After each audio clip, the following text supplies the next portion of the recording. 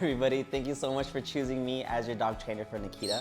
I wanted to do this instructional video in case you forgot anything during the turnover. There is a lot of information all at once, so I'm hoping this can be one of your resources to cover any information that you might have forgotten.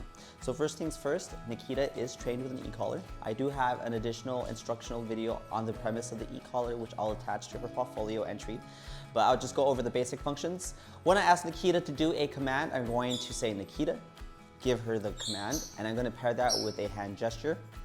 The first one is going to be free. The second one, if I have to repeat myself, I'm going to give her the hand gesture, repeat myself, and then I'm going to pair it with a slight stimulation. If I have to repeat myself again, I'm going to repeat the entire process, but I'm going to increase the stimulation a little bit more. And I'm going to keep on doing that until she follows through on cues. Now, as far as Nikita, she's a very delicate girl, so you don't really got to go too high. When I increase this, I increase it somewhere around 1/4 inch.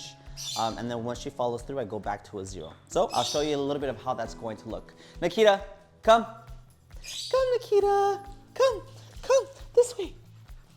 Sit. All right, so that is our first cue. That is our come to sit cue. So you saw that I said, Nikita, come. I gave her the hand gesture. She looped around me.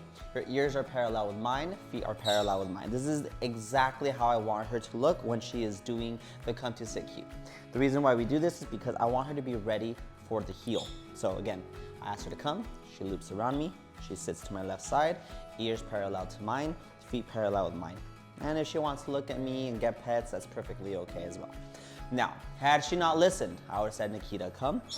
And then I would have repeated myself by giving a slight stimulation and increasing the stimulation and clicking. Had she gotten distracted, I would have just clicked immediately. So I call it the road. If she's on the road, all we got to do is just cheer her on, tell her to come. If she's off the road, we're going to give a slight stimulation just to indicate to her that she's off the road and she's doing something wrong. Her job is to understand how to turn off the e-collar and turn it on. She turns it on by not following through on cues. She turns it off by following through on those cues. Nikita, come. Nikita, come. Come, my love. Over here. Come in. Right here. Come in. Right here, Nikita. Sit. Yes. Sit. So that brings us into the next cue. She is now in the sit cue. So for her and all dogs in our program, sit means sit. Doesn't mean anything else but that. So when I ask her to sit, I'm going to say, Nikita, sit, unless she does the come to sit cue. So we'll pretend this is brand new. I say, Nikita, sit. Sit. Had she not listened, I would have said, Nikita, sit, and I would have paired that with the stimulation. Now that she's in cue, anytime that she breaks, I'm either going to say, or I'm going to give an immediate stimulation. Now I have this relatively low.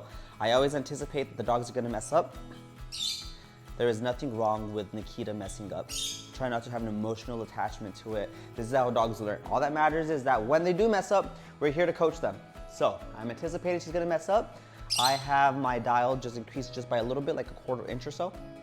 When it comes to the e-collar, the higher the distraction, the higher number that you're gonna be working at. Now you don't really wanna go too high for her, So she broke cue, I said and I paired that with the stimulation and she immediately sat. You notice she didn't cry. She didn't flinch, she didn't twitch. All she did, All she did is go back to the sit. Again, this is a communication device. We're not trying to cause pain, we're just trying to cause communication. Now for her specifically, again, she's very fragile, she's very sensitive to this, so you really don't want to go high. You're gonna figure out your number as you continue working with her. So I'm just gonna challenge her a little bit more.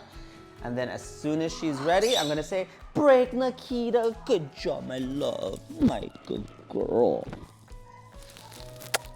So when we release them off the cue, we say break, meaning we celebrate them, we throw our hands up, and we let them know that you did a good job, you're gonna be receiving lots of love.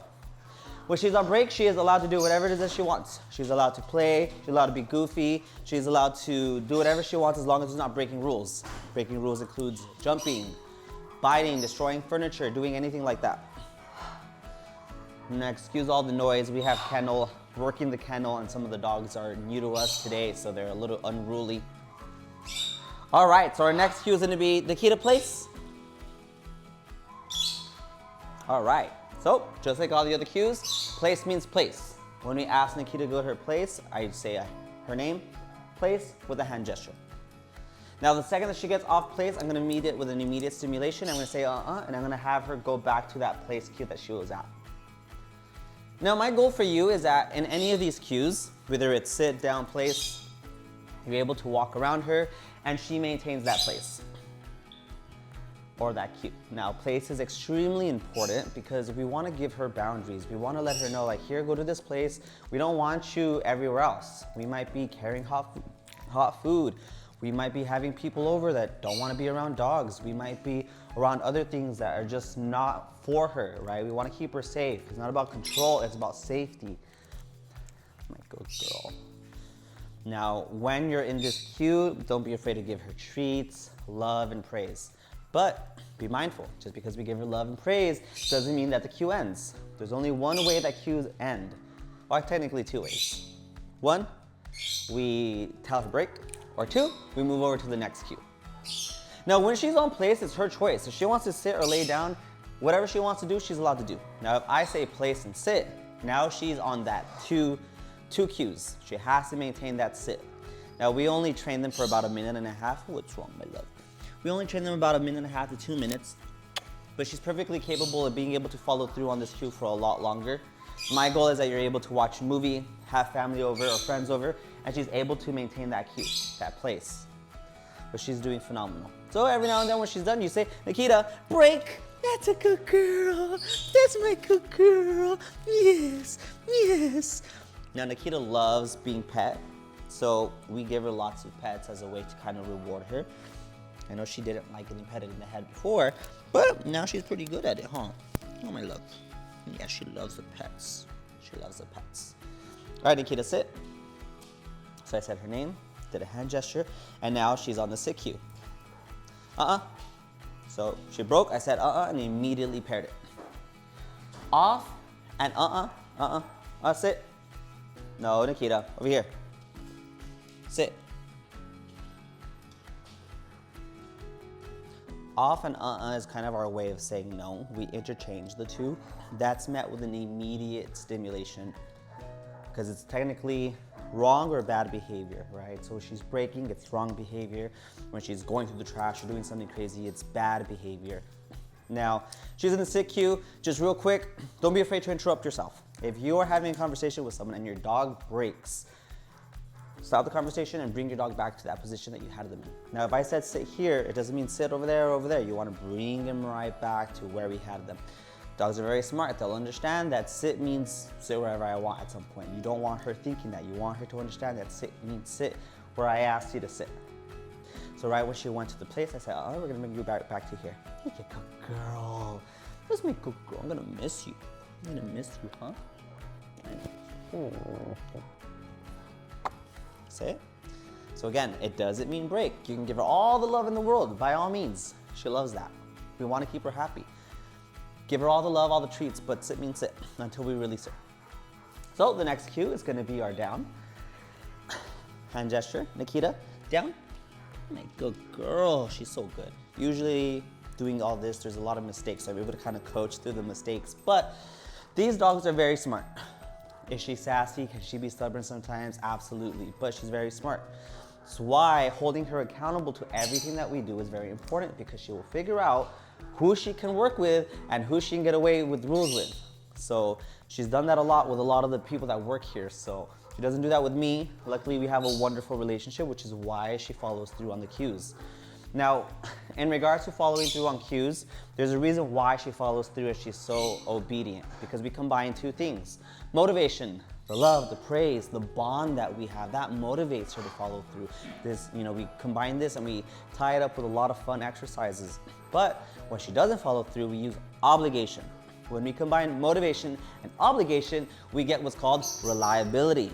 Reliability is how we get dogs that we know are going to follow through on these cues. I know she's gonna follow through on me because I give her motivation and obligation as a combined source of training. And again, we should be able to walk around her. She should be able to hold these cues. You should be able to have family over. Will she be perfect all the time? Absolutely not. Will she struggle? Absolutely. Will she break her cues a lot? Sometimes when you have family over? Absolutely. first thing in the morning, forget about it. It's gonna look bad, but what matters is that we're there to coach them, to let them know, okay, I asked you to do this, you have to do it. We're the parents. You have to take us serious. We're saying this for other reasons, not just because we want an obedient dog who listens to everything that we do. We want you to be safe. There's gonna be moments where there's things going on and we don't want that. Or we're on a walk and we don't want you to be barking at that person. So, speaking of walk, our next cue is gonna be our heel cue. Heel cue is extremely important. So we do Nikita, heel. Nikita, heel. So she didn't listen. I paired that with a stimulation. And now she's on the heel cue. Hi, my love. How you doing? She's absolutely wonderful. I absolutely love her. So, as you can see, ears are parallel with mine, feet aligned with mine, and she walks right by my side. She's not allowed to pee, poop, smell grass. Definitely not allowed to bark at other dogs or people.